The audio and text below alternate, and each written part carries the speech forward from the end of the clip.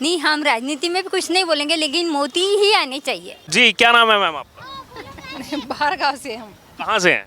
महाराष्ट्र से। महाराष्ट्र से। महाराष्ट्र में कहाँ से हैं? यवतमाळ। अच्छा, अब 24 में किसको देखना चाह रहे हैं प्रधानमंत्री आप? नरेंद्र मोदी नरेंद्र मोदी। अच्छा, क्यों मोदी क्यों आने चाहिए? आने चाहिए, अच्छे काम किए। अच्छे काम कर रहे हैं। अच्छा, कल पीएम मोदी महाराष्ट्र के दौरे पर थे, पुणे में उन्होंने बहुत सारी योजनाओं की सौगात दी और कुछ दिन पहले हमने देखा शरद पवार महाराष्ट्र की राजनीति से एक बड़ा चेहरा है, उन्होंने पूरी तैयारी की कि मोदी को रोका जाए। कल वो भी एक ही मंच पर थे जब मोदी को पुरस्कार दिया। नहीं, हम राजनीति में भी कुछ नहीं बोलेंगे, लेकिन मोदी ही आने चाहिए। और वो काशी गए, पुणे गए, दगड़ू सेठ हलवाई गया, उन्होंने हिंदुओं का पूरा अपना ध्यान रखा। और जो अभी जो चल रहा है केरला स्टोरी पे, तो इसलिए हमें लगता है कि मोदी आने ही चाहिए। आप महाराष्ट्र में कहाँ के रहने वाले यवतमाळ डिस्ट्रिक्ट। हैं? अच्छा, आपका क्या नाम है मैम? अरुणा कुंभारकर, आप भी महाराष्ट्र से? नागपुर। नागपुर। अच्छा, आपकी क्या चॉइस है 24 में? मोदी। मोदी। अच्छा, नागपुर से आप एक कमेंट और लेना चाहूँगा। आपके वहाँ से जो सांसद आते हैं, अभी मंत्री हैं नितिन गडकरी, उनका जो है काफ़ी ज़्यादा नाम केवल सरकार में नहीं, विपक्षी भी बहुत से नेता जो है वो कहीं ना कहीं नजर आते हैं, इनकी दाद देते हैं नितिन गडकरी। ये बात बराबर है और उनका कैरेक्टर वैसे है, वो काम करते ही वैसा, बहुत पॉपुलर है वो, उनका काम बहुत बढ़िया है। कहा क्या जाता है, दिखता ही है, सड़कों का तो पूरा जाल बिछा दिया पूरे देश। हाँ, सड़कों का जाल बिछा दिया। और जहाँ भी कहीं अपोजिशन की भी सरकार, उनको भी कहते हैं कि तुमको कितना पैसा चाहिए, 50,000 करोड़ मैं देता हूँ सड़कों के लिए, बस क्लियरेंस दे दो। बस उनका काम बहुत बढ़िया है। सब जगह रास्तों में कहीं कुछ बनाना हो, कुछ वेस्ट मटेरियल का कुछ बनाना हो, सबको अच्छा बताते हो। कुछ दिन पहले उन्होंने कहा भी था कि अगर मैं नागपुर ना भी जाऊं तो भी जनता मेरे को इतना प्यार करती है कि बिना मेरे को वहां जाए भी जो है जनता जिता के भेज सकती है। ऐसा है? ये सही है, ये सही है, उनका काम ही बहुत बढ़िया है। मान लीजिए वो कैंपेनिंग के लिए अगर नहीं आए नागपुर और वहीं से चुनाव लड़े, नहीं तो भी नाम है आपका? दुर्गेश वैद्य, कहाँ के रहने वाले हैं? दुर्गे, नागपुर। नागपुर के रहने वाले हैं। वाह, महाराष्ट्र के। क्या लग रहा है सर, क्या आवाज़ है 24 के लिए महाराष्ट्र से? महाराष्ट्र से हमारे नितिन गडकरी जी ने जो काम किया है तो उनको तो कोई हिला नहीं सकता। ये तो सर विपक्ष भी मानता है, ये तो कांग्रेस भी मानती है, उनके काम का लोहा तो हर कोई मानता है। फिर तो उनको तो कोई हिला नहीं सकता। और रहे हमारे जो प्रधानमंत्री जी है, उनको तो बच्चा आज के तारीख में जानता है, तो उनको भी शायद मेरे हिसाब से तो 24 में उनको कोई हिला ही नहीं सकता। और रही बात विपक्ष की, तो विपक्ष में भी उनके अपोजिशन में खड़े होने लायक किसी में भी हिम्मत है ही नहीं। सर, महाराष्ट्र की धरती से आप आते हैं, अभी अगर बात की जाए वहाँ पर सबकी नज़रें इसलिए है क्योंकि आने वाली 25-26 अगस्त को वहाँ पे भी विपक्ष अपनी बैठक करने जा रहा है। हाँ। तीसरी पटना, उसके बाद बेंगलुरु या मुंबई में करने जा रहा है। उसमें दो मुख्य चेहरे हैं जो उसको होस्ट करेंगे, उद्धव ठाकरे, शरद पवार। लेकिन शरद पवार के भतीजे बड़ा फ्रैक्शन लेके चले गए और कल जब लोकमान्य तिलक पुरस्कार मिल रहा था पीएम मोदी को और वो गदगद दिखाई दिए शरद पवार, और जिस हिसाब से मिले, मंच शेयर किया, कैसे देख रहे हैं? से देखिए, मुझे तो लगता है शरद पवार जी राजनीति खेल रहे हैं, वो पूरी तरह से कांग्रेस को अलग कर देंगे और धीरे धीरे अपने तरफ बीजेपी को खींचेंगे, या अपन खुद बीजेपी में शामिल हो जाएंगे और सोच रहे होंगे कि भविष्य में मैं राष्ट्रपति बन जाऊँ या जो भी बन जाऊँ।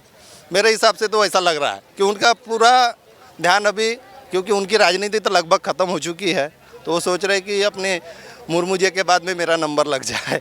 नीतीश कुमार का भी ऐसे कहा जाता है, वो भी सोच रहे थे, उसके बाद अलग हुए और अब। हाँ, वैसे नीतीश कुमार तो फिर भी अभी मुख्यमंत्री है तो उनके बारे में बता नहीं सकते, लेकिन जो शरद पवार जी, उनकी राजनीति बहुत लंबी चली है, तो मेरे हिसाब से वो उनका वैसा ही प्लान है।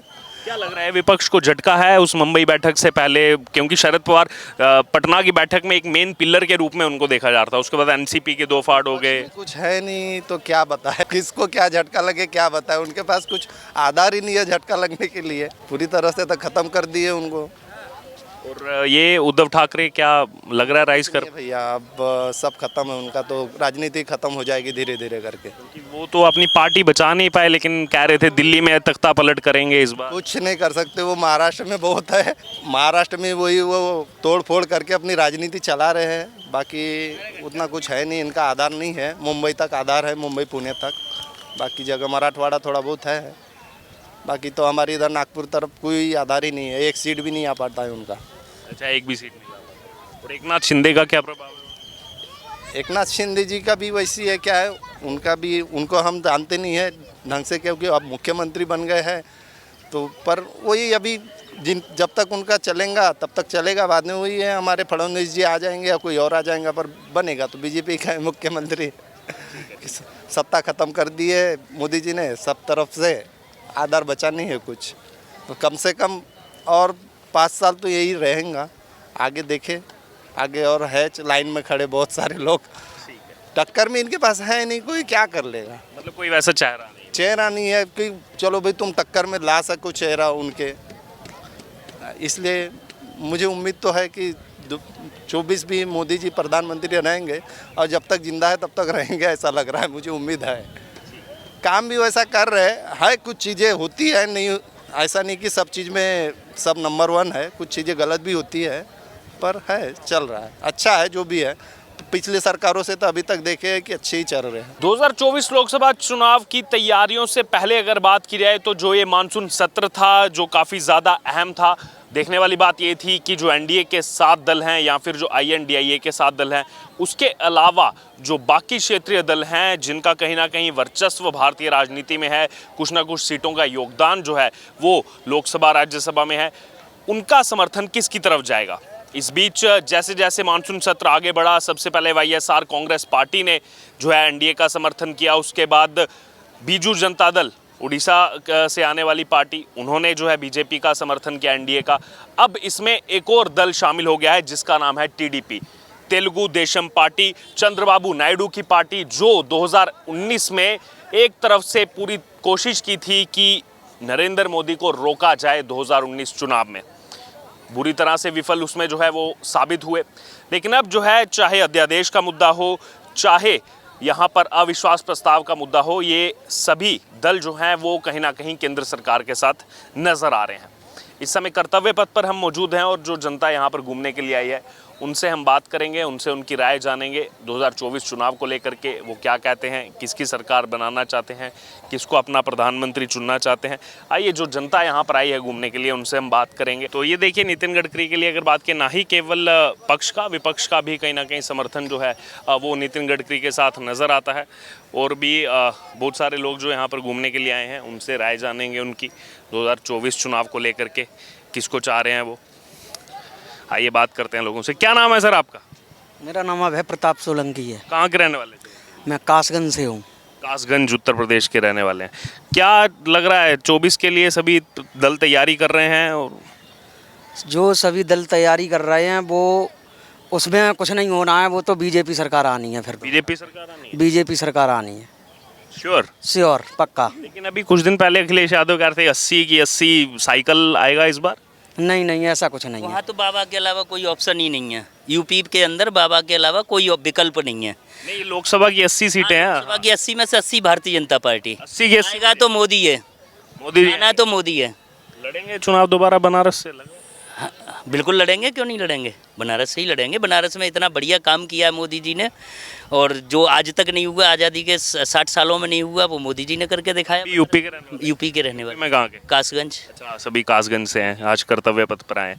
तो अभी तो आम आदमी पार्टी भी कह रही थी कि केजरीवाल अब हो गए हैं टक्कर देने लायक, वो भी आ सकते हैं दोबारा। झीलें बना तो दी, 250 झीलों का वायदा किया। 380। हाँ, 380 झीलों का वायदा किया था, पूरी दिल्ली झील बना दी केजरीवाल ने।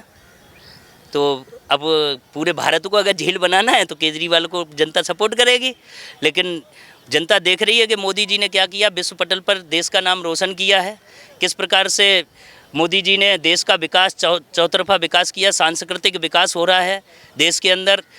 एक तरफ महाकाल कॉरिडोर बन रहा है, एक तरफ विश्वनाथ कॉरिडोर बन रहा है, ये सब विकास हो रहा है, सांस्कृतिक विकास देश का हो रहा है। इसलिए जनता ने मूड बना लिया, एक बार पुनः मोदी ही आना है। काशी विश्वनाथ कॉरिडोर का आपने जिक्र किया, कुछ दिन पहले एक रिपोर्ट आई है, उस पर मैं आपका कमेंट लेना चाहता हूँ। वैसे हम तुलना नहीं कर रहे, किसी को कम नहीं कर रहे, लेकिन कुछ दिन पहले जब से काशी विश्वनाथ कॉरिडोर बना है, उसके बाद से देखा गया कि गोवा की तुलना में 8 गुना ज़्यादा श्रद्धालु कह लीजिए, टूरिस्ट कह लीजिए, वो बनारस आ रहे हैं। जी, तो ये तो अच्छी बात है। इससे जो है अर्थव्यवस्था में सुधार आना है, और यो मोदी जी ने जो 5 ट्रिलियन अर्थव्यवस्था का सपना देखा है, वो निश्चित रूप से ऐसे ही साकार होगा।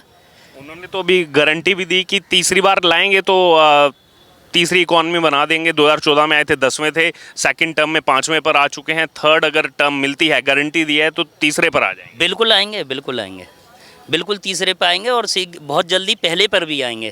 पहली अर्थव्यवस्था दुनिया की बनेगी भारत, और भारत निरंतर तरक्की के पथ पर अग्रसर है मोदी जी के नेतृत्व में। जब उन्होंने ये कहा उसके बाद जयराम रमेश का एकदम से कमेंट आ गया, वो तो हमें बनना ही है, चाहे हम आए चाहे बीजेपी आए। उन्होंने बोल दिया कि तीसरी इकॉनमी बनना ही बनना है इंडिया को 2029 तक। वो तो नहीं बना पाएंगे, वो तो 60 सालों में कुछ नहीं कर पाए, तो अब क्या कर लेंगे?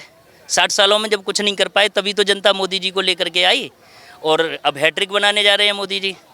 हैट्रिक बनाने जा रहे हैं। बिल्कुल हैट्रिक बनाने जा रहे हैं। आपका क्या नाम हुआ? भोजराज राजपूत, कहाँ के रहने? कासगंज। आप भी कासगंज के रहने वाले हैं। क्या चॉइस है, कौन लग रहा है कैपेबल अभी? चॉइस क्या है, सब एक तरफ है, मोदी जी एक तरफ है। इनके साथ भी तो दल जुड़ते जा रहे हैं। अभी इस मानसून सत्र से पहले अगर देखा जाए तो TDP, YSR, Congress party, BJD, ये सब अलग थे, न्यूट्रल चॉइस ही किसी की साइड नहीं थे। अब एक एक करके वाईएसआर सीपी भी आ रही है, बीजेडी भी समर्थन दे रही है, टीडीपी भी समर्थन दे रही है।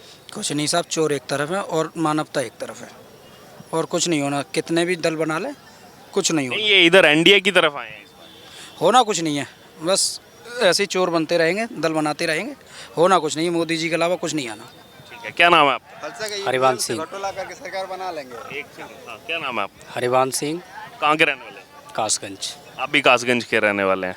आपकी क्या चॉइस है, आप किसको देख रहे हैं अगले साल प्रधान? चॉइस क्या है, कोई मोदी के अलावा कोई विकल्प नहीं है देश में, चाहे कोई सी पार्टी आ जाए। गठबंधन पहले भी हुआ था, गठबंधन अभी भी किया है, क्योंकि जो गठबंधन का नाम दिया है उन्होंने, आपको मालूम है एक इंजन अगर होता है तो उसके पीछे डब्बे तो कई होते ही हैं, वो सिस्टम है। लेकिन हमारे मोदी जी के पीछे केवल एक मोदी जी हैं, उसके अलावा कोई विकल्प नहीं है। मोदी जी ने जो देश में तरक्की की है उसमें देख लीजिए, चाहे विदेश में देख लीजिए, हमारे देश के अन्य विदेशों में जा रहे हैं, वहाँ का राष्ट्रपति या प्रधानमंत्री है वो पैरों में झुक रहा है, तो हमारा बहुत देश का मान सम्मान बढ़ रहा है। यानी कि जो फॉरेन पॉलिसीज़ हैं, जो जिस प्रकार से पीएम मोदी की लोकप्रियता है, उस हिसाब से आप चाह रहे हैं कि प्रधानमंत्री मोदी ही दोबारा बने? जी, मोदी जी के अलावा कोई नहीं बनना चाहिए, क्योंकि मोदी जी आपने देखा है न किसी के लिए कर रहे हैं, वो देश के लिए कर रहे हैं। जब उनके आगे पीछे कोई नहीं है तो बाकी के तो सभी चोर बैठे हैं। आपने देखा है कि कांग्रेस ने 70 साल में कुछ नहीं किया, बाकी के सभी अपनों ने वो कर लिया।